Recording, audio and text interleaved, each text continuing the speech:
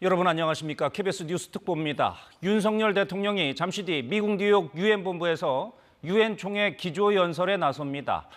북한 문제 대응과 국제사회에 대한 우리의 기여, 2030 부산 엑스포 등이 이번 연설의 주요 키워드가 될 것으로 보입니다. 네, 연설은 시작하는 대로 현장을 연결해서 직접 들어보고 먼저 대통령실을 출입하는 조태흠 기자와 얘기 나눠보겠습니다. 네, 조 기자. 네. 윤석열 대통령이 유엔에서 연설하는 것은 이번이 올해가 두 번째죠? 예, 지난해에 이어서 올해가 두 번째고요. 네. 그 지난해 연설이 자유와 규범 기반의 국제 질서 같은 새로운 정부, 우리 정부의 외교의 기본 방향을 설명하는 데 좀 초점이 맞춰져 있었다면은 네. 그 올해 연설에서는 보다 구체적인 문제들을 거론할 걸로 보입니다. 예. 우선은 북한의 핵과 미사일 문제, 그리고 특히 최근에 그 북러 군사협력 움직임, 북러 정상이 만나고 했었잖아요. 예. 여기에 대한 경고가 나오지 않을까 이렇게 예상이 됩니다. 네. 또 정부 외교 정책의 지금 비전이죠. 글로벌 중추국가라고 하는데 여기에 걸맞은 이 국제사회에 대한 우리의 기여 의지도 밝힐 걸로 보입니다. 또 11월 말에 2030년에 이 엑스포가 열리는 이 개최지 투표가 있는데 이 최종 투표를 앞두고 부산 엑스포에 대한 지지도 요청할 걸로 보입니다. 예. 하나씩 좀 짚어볼 필요가 있겠습니다. 우선은 북한 문제입니다. 최근에 김정은 국무위원장이 러시아를 방문해서 북러 정상회담이 열렸고 가을에는 푸틴 대통령의 답방도 있을 것으로 지금 예상되고 있습니다. 이렇게 북러 간 협력이 지금 밀착이 가속화되는 그런 분위기인데 여기에 대해서는 어떤 언급이 나올까요? 일단은 그 이달 초에, 그러니까 2주 전에 있었던 아세안 관련 정상회의에서 이제 관련 발언이 있었는데 네. 이 발언을 바탕으로 좀 전망을 해보면요. 우선은 북한 핵 미사일 고도화의 위험을 좀 국제사회에 설명할 걸로 보입니다. 예. 이 북핵 미사일이 한반도나 아니면 동아시아만의 문제가 아니고 전 세계 평화의 실질적인 위협이다. 그러니까 유엔 회원국 모두한테 이제 위협이 되는 문제니까 경각심을 갖고 함께 대응해야 된다는 겁니다. 따라서 이를 저지하기 위해서는 유엔 대북 제재를 모든 회원국이 지켜야 하는데 이를 어기는 건 특히나 그 안보리 상임이사국이 어기는 건 무책임한 행동이다. 이렇게 좀 강조할 걸로 보입니다. 예. 앞서서 지금 윤석열 대통령이 관련 발언을 하면서 러시아라는 이 국가를 직접 언급하는 건 좀 자제를 해왔거든요. 예. 오늘은 어떤 수위로 좀 관련 발언을 내놓을지 러시아를 직접 언급하면서 좀 경고성 발언을 할지 이런 부분도 좀 지켜봐야 될 것 같습니다. 예. 대통령실은 이 북러 군사거래의 불법성과 위험성에 대한 국제사회 주의를 환기하고 또 단합된 대응을 촉구할 거다. 이렇게 설명을 했는데요. 근데 보통 어떤 나라가 좀 국제사회의 평화를 깨는 행위를 하면은 유엔 안보리 차원에서 좀 어떤 대응을 한다던가 예. 제재를 한다던가 이렇게 논의가 되잖아요. 예. 그런데 러시아가 안보리 상임이사국 5개 나라 중에 하나인 만큼 현실적으로 좀 안보리 차원에서 대응하기는 쉽지가 않습니다. 예. 따라서 유엔 안보리 차원에서 논의를 하자 이렇게 제안을 하기보다는 함께 대응하자라고 각국의 대응을 좀 공조를 설득을 하게 될 걸로 보이고요. 예. 우리와 동맹국 또 우방국 차원에서 어떤 행동에 나서겠다라는 경고를 밝히지 않을까 이렇게 좀 전망이 됩니다. 네. 북한 문제에 대해서는 바이든 미국 대통령이 어제 연설에 나섰었는데 북한의 지속적인 도발, 즉 유엔 안보리 결의 위반을 규탄하면서 동시에 외교적 방법을 통한 해법을 강조를 했습니다. 외교적 방법을 통한 북한 비핵화 의지를 확인을 했는데 외교적 해법을 일관되게 강조하는 게 미국의 모습입니다. 외교적 해법이라고 하면 역시 대화를 통한 어떤 해결, 동시에 네. 우리랑은 좀 우리 정부와는 정책 방향이 좀 다소 다르게 결이 느껴지기도 하는데 지금 윤석열 대통령의 연설이 임박한 것으로 보입니다. 윤석열 대통령 바로 전 연설자가 지금 연설을 마친 것으로 보이고요. 곧바로 윤석열 대통령의 연설이 있겠습니다. 현장을 연결해서 윤 대통령의 유엔 총회 연설 직접 들어보시겠습니다. 자, 윤석열 대통령이 지금 연단에 오르고 있습니다. 이제 곧 연설이 시작되겠습니다. 직접 들어보시겠습니다. Président de la République de Corée, et je l'invite à prendre la parole devant l'Assemblée. 총회 의장님, 사무총장님, 각국 대표 여러분, 데니스 프란시스 제78차 총회 의장님의 취임을 축하합니다. 또한 세계의 평화와 번영을 위한 안토니우 구테레시 사무총장님의 헌신에 경의를 표합니다. 올해는 6.25 전쟁 정전 70주년을 맞는 해입니다. 공산 전체주의 세력의 침략을 받아 나라의 운명이 벼랑 끝에 몰렸던 대한민국은 유엔군의 참전에 힘입어 극적으로 자유를 지켜낼 수 있었습니다. 대한민국에 대한 무력 침공을 세계 평화에 대한 도전으로 간주하고 안전보장 이사회를 소집하고 참전 결의를 채택하는데 주도적 역할을 한 트리구베 리 초대 유엔 사무총장님의 용단은 지금도 한국 국민의 뇌리에 깊이 남아 있습니다. 지난 70년간 전쟁의 폐허를 딛고 자유민주주의와 시장경제를 꼽혀온 대한민국은 이제 유엔 헌장이 표방하는 대로 더 많은 자유 속에서 사회적 진보와 생활 수준의 향상을 촉진하기 위해 국제사회에 책임있게 기여하고자 합니다. 이번 제78차 총회의 주제는 신뢰 회복과 글로벌 연대 재촉진입니다. 2년째 지속 중인 우크라이나 전쟁은 국제사회의 가치와 이념의 분열을 심화시켰습니다. 또한 코로나 팬데믹이 야기한 경제적 타격이 우크라이나 전쟁으로 더욱 증폭돼 글로벌 경제는 위축되고 세계 도처에 식량과 에너지 위기가 초래되었습니다. 어려운 시기일수록 약자가 겪는 고통은 더욱 커지기 마련입니다. 오늘날 전례 없는 글로벌 복합 위기 속에서 안보는 물론 경제, 기술, 보건, 환경, 문화 등 모든 분야에 걸쳐 국가 간 격차가 커지고 있습니다. 이러한 격차를 줄이고 세계 모든 국가들이 상생해 나아가기 위해서는 국제사회가 강력히 연대해야 하며 유엔이 그 중심에 서야 합니다. 저는 오늘 이 자리에서 개발 격차, 기후 격차, 디지털 격차 이 세 가지 분야의 격차 문제를 제기하고자 합니다. 지구상에는 아직도 일상생활에 필요한 인프라를 제대로 갖추지 못한 나라가 많습니다. 식수와 용수를 처리하여 공급하는 상하수도 체계, 전기를 공급하는 에너지 설비, 몸이 아플 때 치료받을 수 있는 의료보건시설, 이러한 기본적인 인프라가 제대로 갖춰지지 않으면 발전은 불가능합니다. 개발 격차를 해소하려면 재원과 기술 역량을 가진 국가들이 책임 있는 역할을 해야 합니다. 대한민국은 공적 개발 원조를 과감하게 확대해 나갈 것입니다. 한국 정부는 올해의 긴축 재정 기조에도 불구하고 내년 ODA 예산안 규모를 40% 이상 확대하였습니다. 이에 따라 내년에 한국 ODA 예산은 2019년 대비 2배 이상의 규모가 될 것입니다. 확대된 ODA 자금을 활용해 수원국의 수요에 맞는 맞춤형 개발 협력을 추진하겠습니다. 특히 수원국들이 사회 경제적으로 스스로 도약할 수 있는 역량을 갖추도록 교육 훈련 분야에 대한 ODA를 적극 추진해 나갈 것입니다. 1년의 교육 훈련이 10%가량의 소득 증대를 가져오며 이러한 효과는 저소득층과 여성에게 더 크게 나타난다고 합니다. 우리는 이런 효과를 전 세계에 확산시켜 나가야 합니다.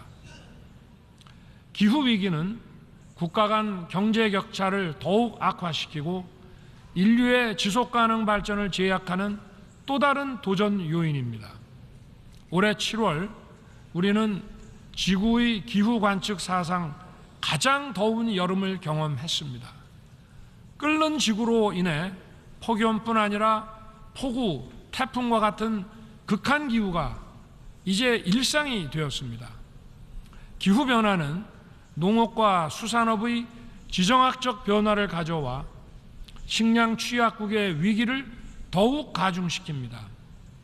대한민국은 기후위기 취약국들이 탄소 배출을 줄여나가면서 청정 에너지로의 전환을 가속화할 수 있도록 그린 ODA를 확대할 것입니다. 대표적으로 녹색 기후 기금에 3억 불을 추가 공여할 것입니다. 녹색 기후 기금에 대한 국제사회의 적극적인 재정 기여를 기대하며 기후 격차 해소를 위한 국제사회의 의지가 결집되어 실질적인 행동으로 이어지기를 바랍니다. 대한민국은 탄소 중립 목표 달성을 앞당기기 위한 현실적인 대안으로 재생에너지뿐만 아니라 원전, 수소와 같은 고효율 무탄소 에너지를 폭넓게 활용할 것이며 이를 기후위기 취약국들과 공유함으로써 그들에게 이 혜택이 돌아가게 할 것입니다. 이를 위해 무탄소 에너지에 관한 국제 공동 연구를 추진하고 민간의 기술 혁신과 투자를 촉진하고자 합니다. 나아가 대한민국은 무탄소 에너지 확산을 위해 전 세계 누구나 참여할 수 있는 오픈 플랫폼인 카본 프리 연합을 결성하고자 합니다. 다음으로 대한민국은 우리의 강점인 정보통신 기술을 활용하여 디지털 격차를 줄이는 데 선도적 역할을 하고자 합니다. 지금은 디지털의 고도화로 모든 문화와 산업이 디지털 기반으로 전환되고 있습니다. 디지털 격차는 곧 경제의 격차를 의미합니다. 따라서 디지털 격차의 해소는 글로벌 사우스 문제의 해결을 용이하게 할 것입니다. 한국은 디지털 보급과 활용이 미흡한 나라들의 디지털 전환을 지원하여 이들 국민들이 교육, 보건, 금융 서비스에 보다 쉽게 접근할 수 있도록 할 것입니다.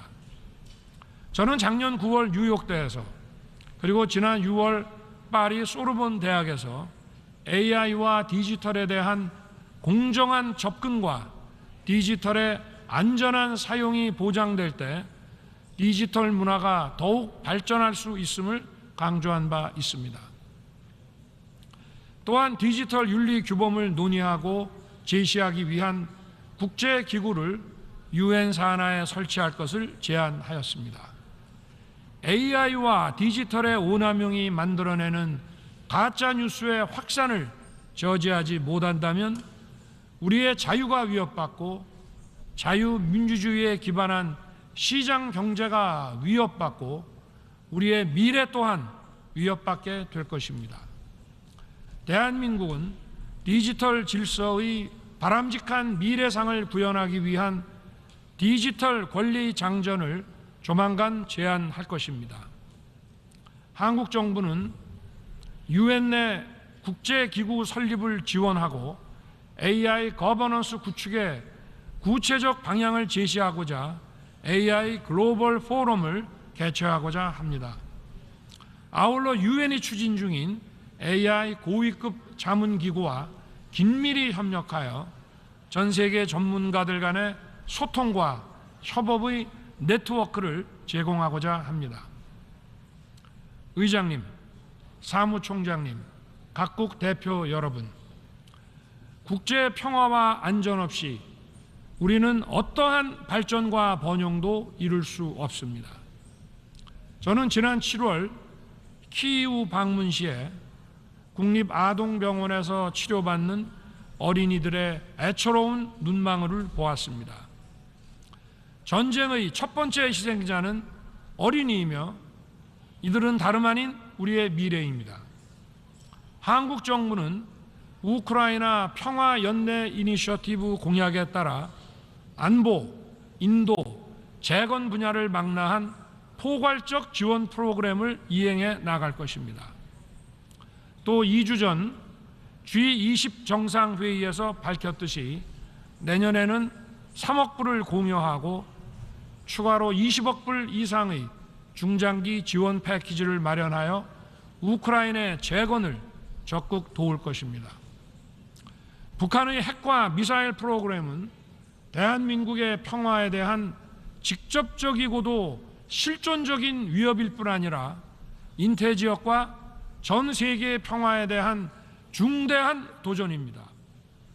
세계 평화의 최종적 수호자여야 할 유엔 안보리 상임이사국이 다른 주권 국가를 무력 침공해 전쟁을 일으키고 전쟁 수행에 필요한 무기와 군수품을 안보리 결의를 정면으로 위반하는 정권으로부터 지원받는 현실은 자기 모순적입니다. 이러한 상황에서 안보리의 개혁이 필요하다는 의견이 폭넓은 지지를 받게 되는 것입니다. 또 북한이 러시아에 재래식 무기를 지원하는 대가로 WMD 능력 강화에 필요한 정보와 기술을 얻게 된다면 러시아와 북한 군사 거래는 우크라이나뿐만 아니라 대한민국의 안보와 평화를 직접적으로 겨냥한 도발이 될 것입니다. 대한민국과 동맹, 우방국들은 이를 좌시하지 않을 것입니다. 총회 의장님, 사무총장님, 각국 대표 여러분, 나라마다 군사력의 크기는 다르지만 우리 모두가 굳게 연대하여 힘을 모을 때, 그리고 원칙에 입각해 일관되게 행동할 때 어떠한 불법적 도발도 차단할 수 있을 것입니다. 대한민국은 2024-25년 안보리 이사국으로서 유엔 회원국 여러분들과 긴밀히 협력하면서 세계 평화를 진작하고 구축하는 데 책임 있는 역할을 수행해 나갈 것입니다. 우리의 미래 세대에게 정의와 법치가 살아 숨쉬는 국제 질서, 그리고 지속 가능한 자유, 평화, 번영을 물려주는 것은 오늘 이 자리에 함께한 우리 모두의 역사적 책무입니다. 대한민국은 유엔과 함께 이러한 책임을 기꺼이 떠맡을 것입니다. 각국 대표 여러분, 대한민국은 국제사회에 책임 있는 기여를 다하기 위해 2030년 부산 엑스포를 개최하고자 합니다. 70여 년 전 공산 세력의 무력 침공을 받아 한반도의 대부분이 점령당했을 때 대한민국 자유의 마지막 보루 역할을 한 도시, 6.25 전쟁의 폐허에서 세계 제2의 환적항으로 발돋움하면서 한강의 기적을 이끈 도시, 바로 이 부산이 없었더라면 오늘날의 대한민국은 존재하지 않았을 것입니다. 대한민국은 이제 유라시아 대륙과 태평양을 연결하는 관문인 부산에서 2030년 엑스포를 개최함으로써 글로벌 책임 국가의 역할을 적극 수행하고자 합니다. 그동안 이루어낸 성장과 발전의 경험을 국제사회와 널리 공유함으로써 대한민국이 국제사회로부터 받은 도움을 돌려드리고자 합니다. 1851년 런던 엑스포는 산업혁명 엑스포였습니다. 1900년 파리 엑스포는 문화 엑스포였습니다. 1962년 시애틀 엑스포는 우주 시대를 여는 엑스포였습니다. 2000년 하노버 엑스포는 환경 엑스포였습니다. 2030년 부산 엑스포는 연대의 엑스포가 될 것입니다. 대한민국 정부의 국정과 외교의 기조는 자유와 연대입니다. 그 연장선상에서 2030년 부산 엑스포는 세계의 시민이 위기와 도전을 함께 극복하면서 자유를 확장해 나아가는 연대의 플랫폼을 제공할 것입니다. 부산 엑스포는 세계 각국의 역사, 문화, 상품, 그리고 미래 비전을 공유하는 축제의 공간이 될 것이며 세계 시민의 자유, 평화, 번영에 크게 이바지할 것입니다. 감사합니다. Au nom de l'Assemblée générale, je tiens à remercier le président de la République de Corée de l'allocution qui vient de prononcer. 네, 지금까지 윤석열 대통령의 유엔 총회 기조연설 들어보셨습니다. 간략하게 정리해 보겠습니다. 자, 조 기자, 네. 전반적인 내용, 주요 내용 정리해 주시죠. 예, 일단 가장 눈에 띄는 게 앞서 예상했던 북한 문제, 북러 군사 협력에 대한 경고였는데요. 네. 그 오늘 발언만 보면은 러시아를 직접 언급하면서 직격했다라고 좀 표현을 할 수 있을 것 같습니다. 상당히 강경했어요. 예, 기존 발언보다 상당히 좀 수위가 이제 강하다라고 볼 수 있을 텐데요. 예. 먼저 북한의 핵과 미사일은 대한민국뿐 아니라 세계 평화에 중대한 도전이라고 좀 규정을 했고요. 네. 안보리 상임이사국이 전쟁을 일으키고 또 무기와 군수품을 안보리 결의를 위반하는 정권으로부터 지원받는 건 자기 모순적이다라고 좀 표현을 했습니다.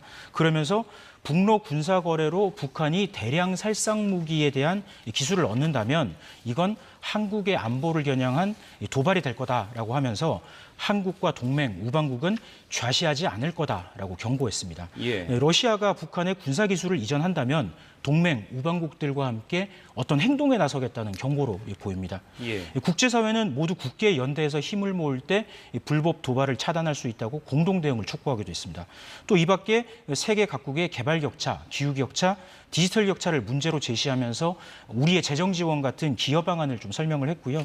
또 2030 부산 엑스포는 세계 각국의 역사와 문화, 상품 또 미래 비전을 공유하는 축제의 공간이 될 거라면서 각국의 지지도 요청했습니다. 예, 알겠습니다. 여기까지 듣도록 하겠습니다. 수고하셨습니다. 네, 윤석열 대통령이 조금 전에 유엔 총회 기조 연설을 마쳤습니다. 윤 대통령은 이번 연설에서 대한민국이 더 많은 자유를 위해 국제사회에 책임 있게 기여하겠다고 밝혔고 세계가 직면한 개발 격차, 기후 격차, 디지털 격차 문제를 제기했습니다. 북한 문제에 대해선 북러 군사 협력을 좌시하지 않겠다고 경고했고 2030 부산 엑스포에 대한 지지를 요청했습니다. 자세한 소식은 잠시 뒤 뉴스광장 시간에 다시 전해드리겠습니다. 네, 뉴스특보 마치겠습니다. 시청해주신 여러분 고맙습니다.